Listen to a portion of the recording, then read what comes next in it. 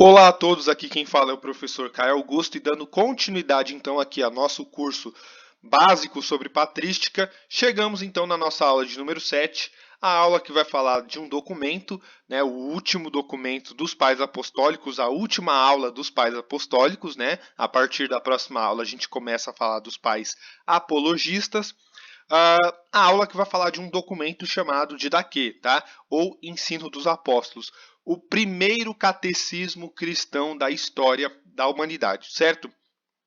Então, começando aqui, vamos falar um pouco da definição, já que a gente não tem como falar de vida e obra, né? Não estamos falando de uma pessoa, e sim de um documento. Vamos falar então o que é a Didaquê, qual que é a definição de Didaquê, tá? A Didaquê, como eu falei para vocês, é um catecismo cristão. Ele foi escrito aproximadamente ali entre os anos 60 e 90 depois de Cristo, tá? Mas a sua forma final ela só foi concluída ali aproximadamente no ano 140 a 150. Por quê? A Didaquê ela foi escrita em muitas mãos, tá? Foram muitas mãos, muitos bispos, muitas igrejas que foram escrevendo e construindo aos poucos, a Didaquê, tá? E o que é um catecismo? Bom, já expliquei isso na aula passada, mas vale a pena reforçar. Catecismo é um conjunto básico de doutrinas que você escreve, né, ou num documento, enfim, e que você ensina para os novos convertidos, tá? É o básico que um novo convertido precisa conhecer sobre determinada religião, tá? Então é um documento que você escreve para o ensino, né, das principais doutrinas da tua fé, da tua religião, para ensinar os novos convertidos, tá? Ele foi escrito provavelmente ali na Palestina e na Síria, tá? E ele é o mais importante documento legislativo, ou seja, de doutrinas, de legislação, de regras a serem seguidas da era pós-apostólica, tá? Então ele é basicamente a primeira constituição, digamos assim, da fé cristã, basicamente, tá? Bom, tudo pelo que parece, né?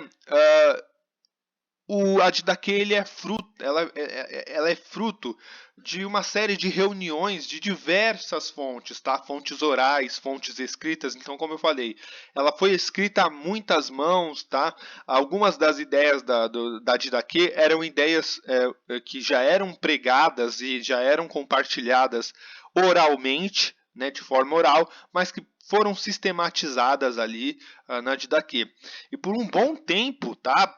Até o século III, a Didaquê ela era considerada um escrito canônico, ou seja, a Didaquê era parte dos evangelhos, ela era parte das escrituras sagradas, tá? Assim como Evangelho de Mateus, Marcos, Lucas, João, cartas de Paulo, a Didaquê também era considerada como um livro canônico. Depois ela deixou de ser considerada livro canônico, mas enfim, mas ela tinha essa importância e por muito tempo ela foi lida e foi utilizada nas igrejas nos primeiros séculos, tá? Bom, entre os assuntos tratados na Didaquê, né, a gente tem uma porrada de assuntos, apesar dela ser um documento pequeno, ela tem, dependendo da edição que você pega, umas 10 páginas no máximo. Ela fala de muitos assuntos, tá? É claro que aqui nessa aula a gente vai abordar apenas alguns assuntos, tá? A gente vai escolher uns 3, 4 assuntos para abordar. Mas eu vou falar agora basicamente quase todos os assuntos que ela aborda, tá? Eu vou só citar aqui os nomes dos assuntos e aí depois vocês procuram quando vocês forem ler. Esse documento vale muito a pena a leitura, é um documento bem curtinho, tá? Vocês encontram edições aí em português, é bem tranquilo, tá? Bom, entre os vários temas que a Didaquê fala, há uma passagem que a gente pode discutir, mas que alguns interpretam como uma primeira passagem sobre um purgatório. Eu discordo, tá? Eu sigo a linha de outros historiadores que dizem que a ideia de purgatório só vai surgir no século IV. Mas ela também fala da proibição do aborto, aí realmente não tem o que discutir. A Didaquê é bem clara nessa questão do aborto. Ela também fala ela faz uma crítica ao esoterismo e à astrologia. Ela faz uma exortação à unidade dos cristãos. ela fala muito a respeito do sacramento do batismo, como que deve ser feito o batismo, se é em água corrente, em água parada, água quente, água fria, a gente vai ver essa questão mais para frente com calma. Ela fala da confissão dos pecados, ela fala da Eucaristia. Eucaristia, para quem não sabe, é o termo em grego para se referir à Santa Ceia, tá?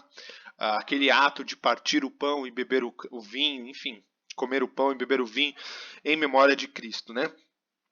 Ela fala, né, sobre o batismo por imersão ou infusão, ela fala sobre a Trindade, ela fala sobre sacrifício, sobre o cuidado contra os falsos profetas e os falsos mestres. Ela fala sobre a questão do domingo, ou seja, o dia do Senhor, de que o culto deve ser realizado aos domingos. Enfim, ela aborda vários temas, tá?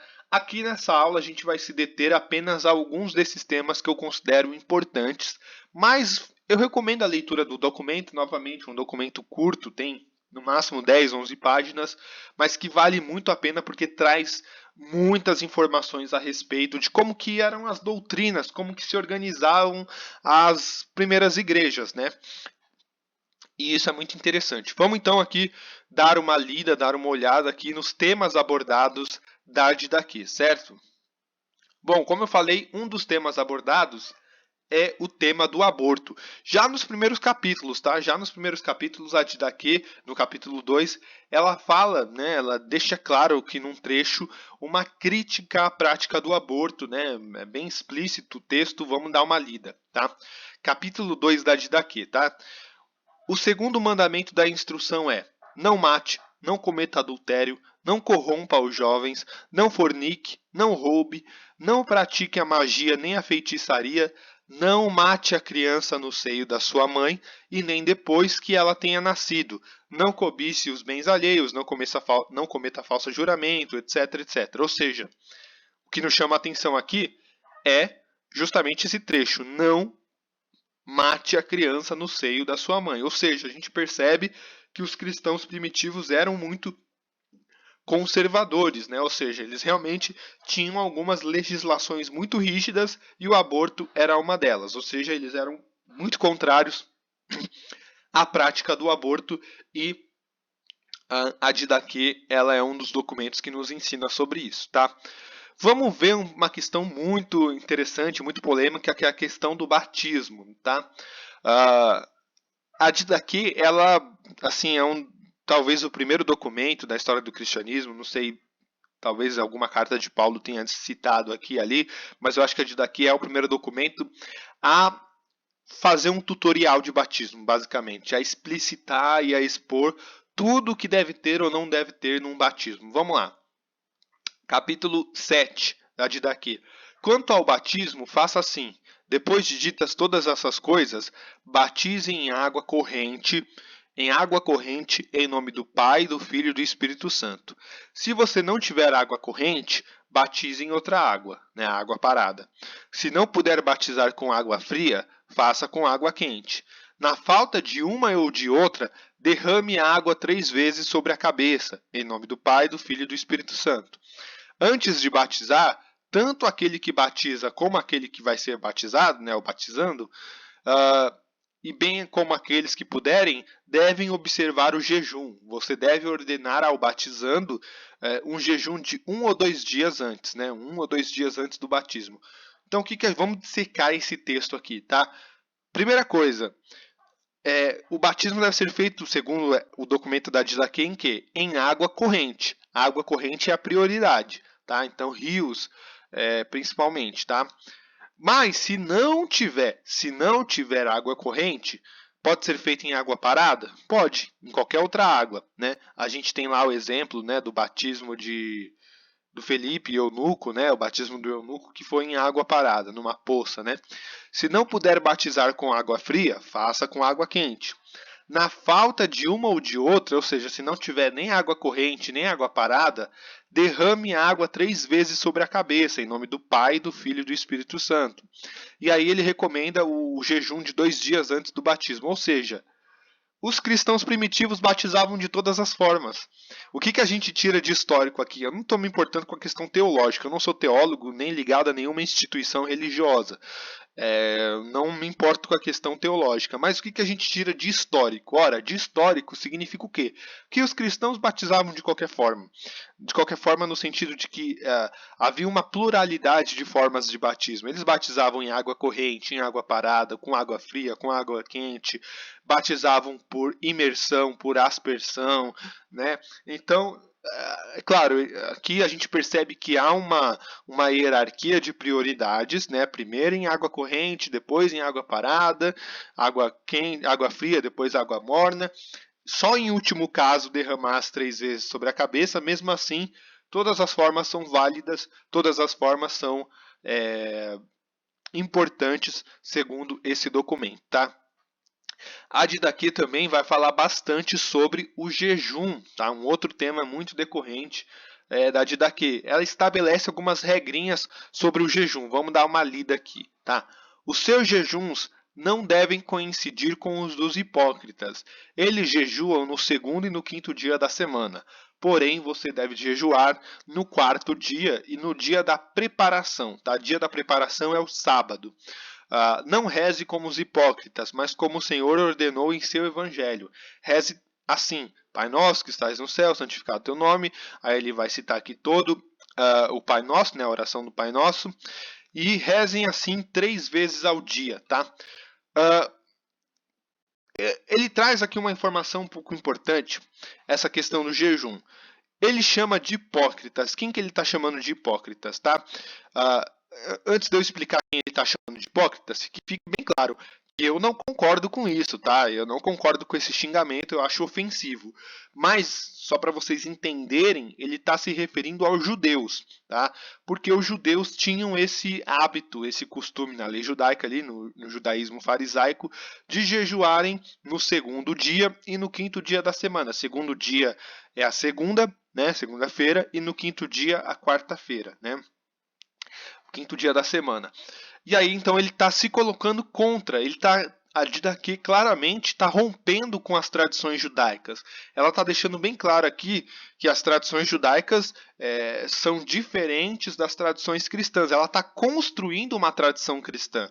E a tradição cristã o jejum tem que ser feito em dias diferentes da que os judeus jejum. Claro, ele usa um termo ofensivo, né, hipócritas, para os judeus, um termo que nós não concordamos, porque aqui nós somos a favor da liberdade religiosa e da tolerância religiosa, tá?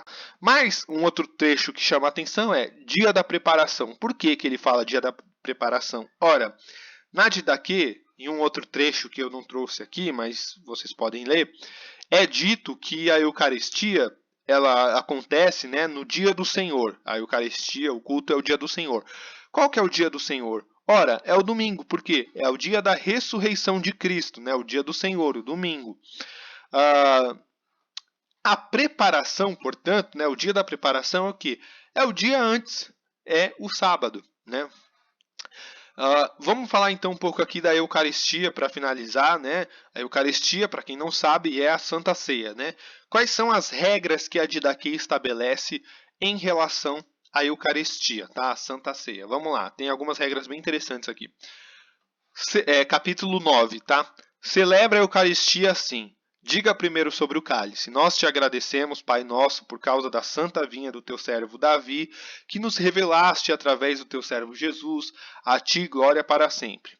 Depois diga sobre o pão partido. Nós te agradecemos, Pai nosso, por causa da vida e do conhecimento que nos revelaste através do teu servo Jesus. A ti glória para sempre. Da mesma forma, como este pão partido havia semeado sobre as colinas e depois foi recolhido para se tornar um, assim também seja reunida a tua igreja desde os confins da terra, no teu reino, porque teu é o poder e a glória por Jesus Cristo para sempre.